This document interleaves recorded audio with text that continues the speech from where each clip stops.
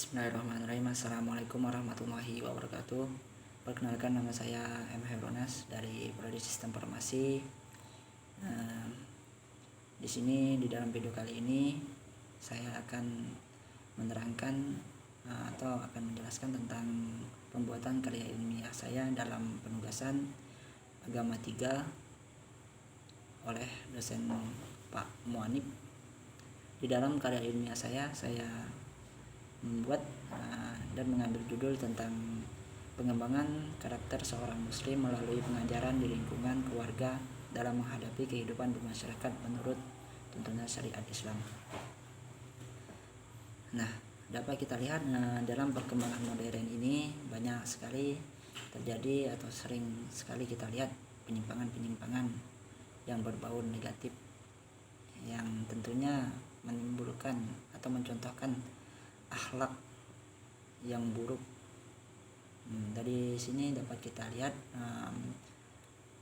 kemajuan teknologi seharusnya kita harus bisa meimbangi dampak yang kita rasakan untuk sekarang ini yang sangat sekali terasa, yaitu pada adab.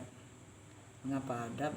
Karena di sini banyak sekali di dalam pada zaman-zaman kemajuan ini adab-adab tanpa kita sadari rusaknya adab seseorang. Salah satunya itu yang banyak terjadi yang kita lihat waktu sekarang ini, yaitu perempuan yang dimana-mana selalu mengumbar aurat yang tanpa memiliki rasa malu sama sekali. Nah, pengembangan karakter seorang muslim ini dapat bagaimana kita cara mengembangkannya.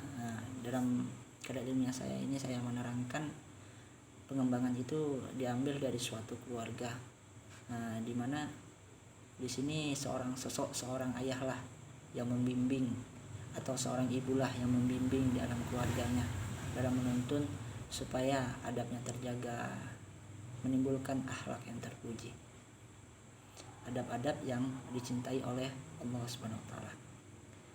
Baiklah, saya akan menjelaskan tentang apa itu adab. Adab adalah nilai kemuliaan yang diperoleh oleh proses pembelajaran. Dari proses pembelajaran tersebut barulah dikatakan dengan adab. Adapun adab menurut Islam seperti memberi salam, bermuka manis, makan dengan tangan kanan, minum dengan tangan kanan, membaca basmalah ketika mulai makan dan mulai minum, memuji kepada Allah, mengucapkan hamdalah ketika selesai makan dan minum, mengucapkan hamdalah, maksudnya begitu.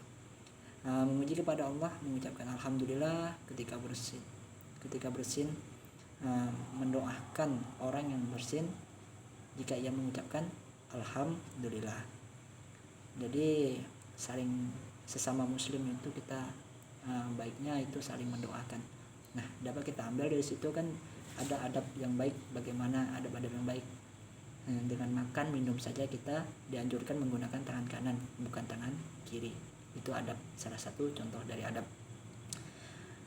Dalam suatu hadis yang menjelaskan tentang seorang suami yang artinya seperti ini, seorang laki-laki suami adalah pemimpin dalam keluarga dan ia bertanggung jawab terhadap yang dipimpinnya itu, dan seorang wanita atau istri adalah pimpinan dalam rumah suaminya dan ia bertanggung jawab terhadap yang dipimpin itu.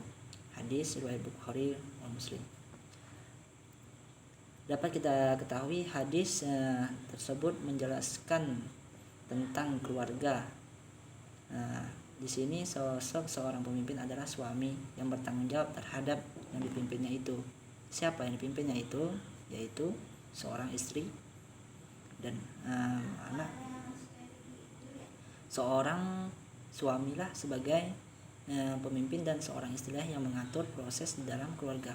Sosok seorang suami harus mampu membimbing keluarga membawa pengaruh yang lebih baik. Oleh karena itu, suami harus berani mengambil keputusan serta menanggung resiko yang diambil. Dan sosok seorang istri pula harus mampu mengatur kehidupan keluarga di dalam rumah. Tidak jarang kita lihat sosok suami lebih aktif di kehidupan luar rumah, di luar rumah, Tugas seorang suami itu mencari nafkah untuk kebutuhan keluarga, sementara istri banyak beraktivitas di dalam rumah. Ia mengajarkan dan mendidik anak-anak agar tidak terpengaruh perilaku buruk. Bagaimana sosok seorang istri mengajarkan adab kepada seorang anak? Ya seperti misalkan kan ini kan kemajuan teknologi sangat tinggi. Tentu terkadang orang tua ini memberikan handphone di dalam sosial media itu kan mungkin jangkauannya terlalu luas atau tanpa batas gitu kan. Jadi seorang ibu ini atau seorang istri ini bisa menjaga seorang anaknya bagaimana, yaitu mengatur atau membatasi seorang anak untuk bermain handphone. Boleh saja bermain handphone, tapi asalkan tahu batasnya sampai di mana. Misalkan ada batasannya untuk anak-anak masuk waktu remaja itu kan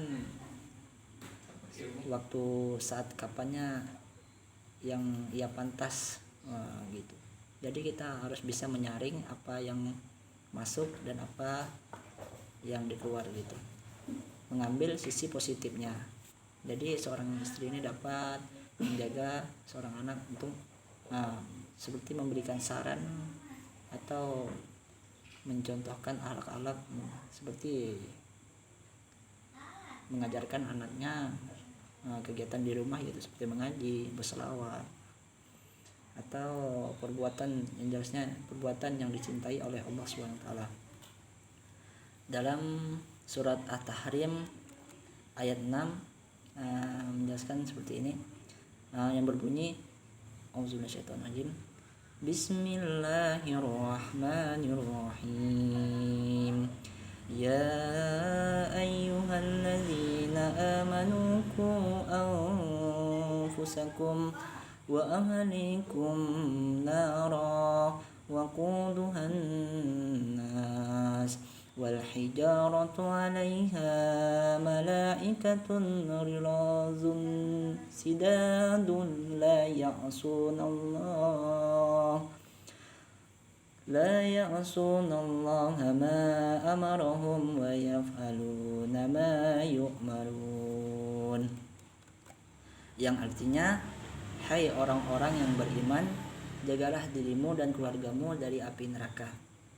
Nah, di sini di dalam surat At-Tahrim ini sangat jelas kita untuk menjaga keluarga sebaik mungkin.